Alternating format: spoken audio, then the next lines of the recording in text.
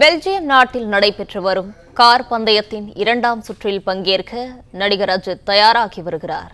இந்த காட்சிகள் வெளியாகியுள்ளன. இதுகுறித்தான முழு விவரங்களோடு இணைந்திருக்கிறார் நமது செய்தியாளர் யுவராஜ்.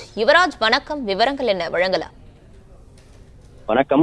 பெல்ஜியம் நாட்டின் ஸ்பா சர்க்கியூட்டில் நடைபெற்று வரக்கூடிய இந்த கார் பந்தயத்தில் அஜித்குமார் ரேசிங் சார்பாக அஜித்குமார் மற்றும் அவருடைய குழுவினர் 3 பேர் இந்த ரேசிங்கில் பங்கேற்கின்றனர்.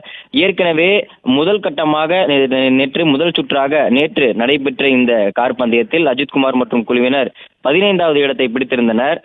அதாவது 12 மணி நேரம் தொடர்ந்து கார் ஓட்டக்கூடிய இந்த பந்தயமானது முதல் பாகமாக 6.5 மணி நேரம், அதாவது 6.5 மணி நேர முதல் பாக ரேஸ் ஆனது நேற்று பெல்ஜியம் நாட்டில் இருக்கக்கூடிய அந்த ஸ்பா சர்க்கியூட்டில் நடைபெற்றது. இன்று வார விடுமுறை என்பதாலும் அதிகமான அந்த பொதுமக்கள் இந்த ரேஸை கண்டுகளித்தனர்.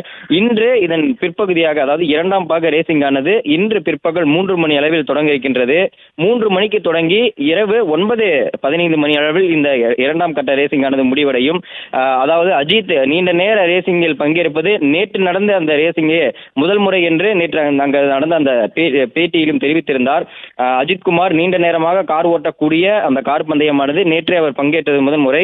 அந்த வகையில் இன்று மொத்தமாக 12 மணி நேரம் நடைபெறக்கூடிய இந்த கார் பந்தயத்தில் முதல் பிற்பாதி நேற்று 6.5 மணி நேரம் நேற்று அஜித்குமார் ரேசிங் சார்பாக ஓட்டிய நிலையில் இன்று 6.5 மணி நேரம் கார் ஓட்ட இருக்கின்றனர். அதில் 15வது இடத்தை நேற்று பிடித்திருந்தனர்.